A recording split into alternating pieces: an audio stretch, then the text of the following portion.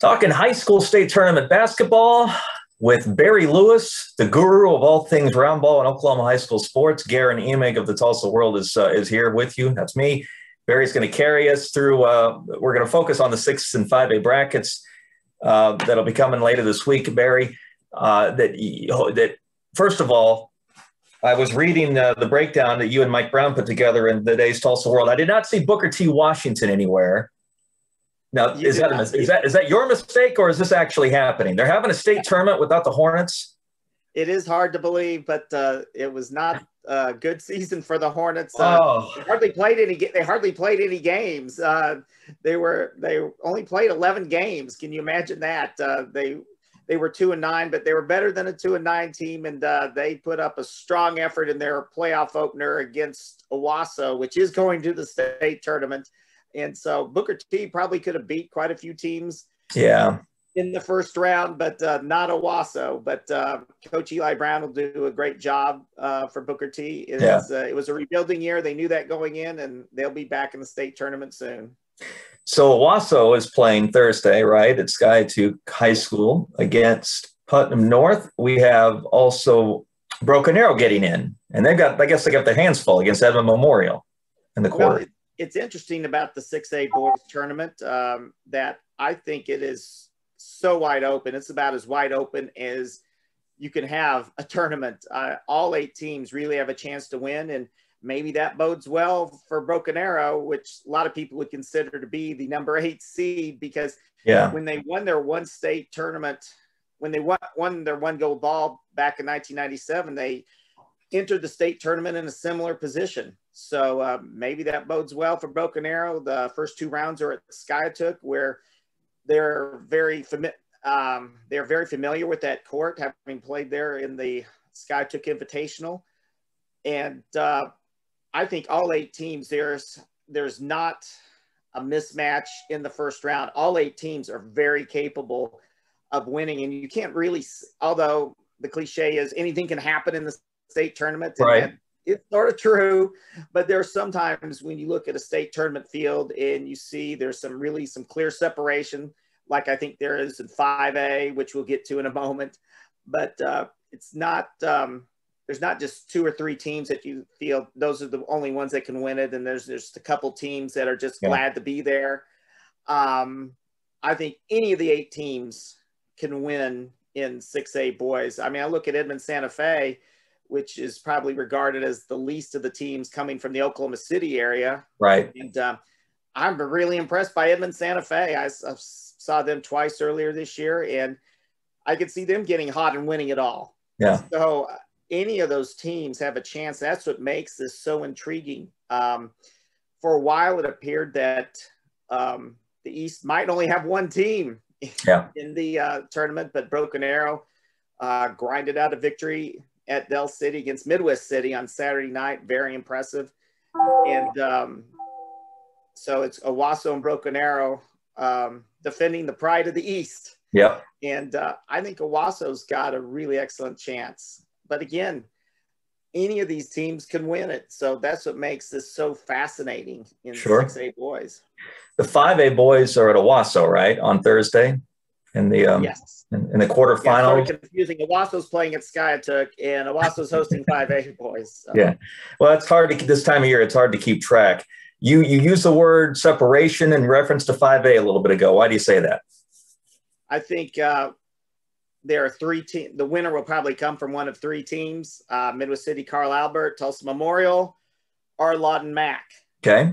And not to disrespect any of the other teams, because I think any of the other teams are capable of winning a game, but I think there is some clear separation that those 3 teams that I mentioned, I think, are definitely the favorites. And I would be really stunned if one of those did not win the state championship. Carl Albert, I think most people would have thought they would have been the slam dunk favorite. But right before the tournament, Antonio Watson, one of their top players, suffered a broken foot.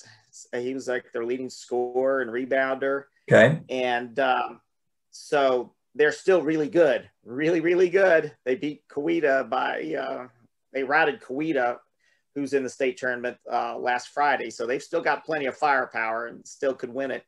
but they aren't quite the overwhelming choice as they might have been. And then you've got Tulsa Memorial. They've won the last 3 state tournaments that have been competed in 2017, 18, and 19. Of course, last year's was canceled. Right. And Tulsa Memorial. And this is a little bit of a different Chargers team because they start 5. They don't start any seniors. And that's the first time that's happened since 1996. And they may not have like a superstar like the Boone's brothers were in previous years, or Caleb Nero. But Ty Frierson's a really dynamite junior guard, and they've got a really solid lineup. And of course, they are where you expect Tulsa Memorial to be. Yeah. And then you've got Lawton Mack, and Memorial and Lawton Mack split 2 scintillating games early in the season. So enough said. So I think those 3 teams are definitely the favorites, but there's some other interesting stories in the 5A field. Sapulpa is much better than its 12-10 record. They played in the Frontier Valley. And it's going to be interesting, the Sapulpa-Coweta game on Thursday. One of those teams is going to get its first state tournament win since the 1990s. So it's going to be fun for one of those teams. They're finally going to get to celebrate. Yeah. I'm going to be pulling up. Tulsa Rogers, TPS guy. Tulsa Rogers in the state tournament for the first time in 25 years. That's beautiful. That's really exciting to see. They've got a couple of dynamic players, Markel Johnson, guard, who was our 2020 Mr. Outside winner, and Markel Sutton, who finished high up in the Mr. Inside voting this year. And he has really blossomed into an outstanding big man. Well, unfortunately, the Ropers have Carl Albert right out of the gate, in the quarters. So that's going to be a tough one. But although there is clear separation, and I think back to 1989 when Bishop Kelly pulled off the most shocking upset in state tournament history that I've personally seen, when he led Bishop Kelly over Star Spencer at the Mabee Center. And that, of course, turned out to be a springboard for Barry Henson's coaching career that wound up leading him. That caught the attention of Richard Roberts at ORU. And one thing led to another. He became ORU's head coach, and then Missouri State, SIU, and now he's helping out at OSU and has helped out at KU. So that was really a pivotal game. And that was a game where I would have said Star Spencer would have been probably a 30-point favorite, but Bishop Kelly wins. Yeah. And so anything can happen, but I haven't seen anything like that since. Sure. And I know you're going to be all over the action in the Tulsa Metro and 5A and 6A. We will keep track of everything over in the Oklahoma City area with 4A on down this week. You're making a trip over, in fact, a little later as we tape on Tuesday. You've got Webster and Anthony Pritchard involved in 4A with Holland Hall, and Victory Christian, who plays Webster out of the gate, and then Beggs with Kendall Daniels, right? In 3A, the football player just committed to Oklahoma State, who also can play a little basketball, apparently. Yes, he's an outstanding basketball player. Sort of reminds me, in a ways, like Chris Harris when he's at Bixby. Although Kendall Daniels obviously was a big-time recruit. Everyone was after Kendall Daniels.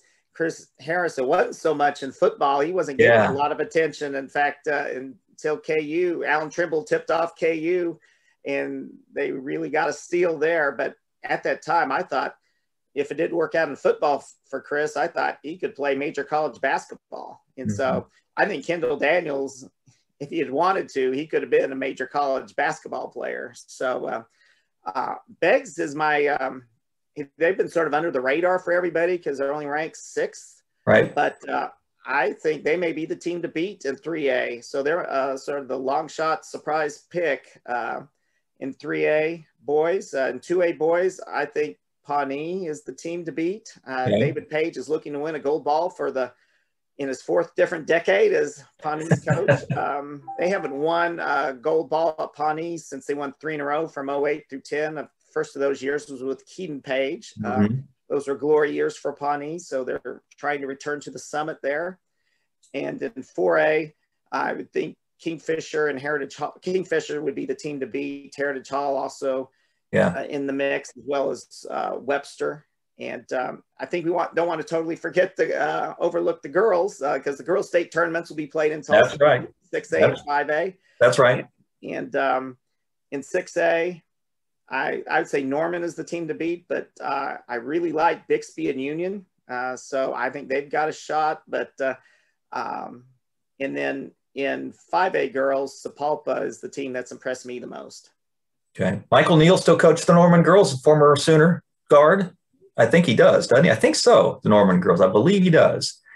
I'm going to say yes until we hear otherwise. Okay. So that's my connection to 6A girls basketball is Coach Neal. I used to cover him when he played shooting guard, right, for both Kelvin Sampson and Jeff Capel once upon a time. So as we continue to draw connections, please read this man's work. It's great every time he writes. It's especially useful this week because there's all sorts of basketball across the state, throughout the metro, some terrific matchups all week. And Barry's got it covered as well as his partner in crime, Mike Brown. Great to talk to you about this week. Best time of the year, isn't it, Barry?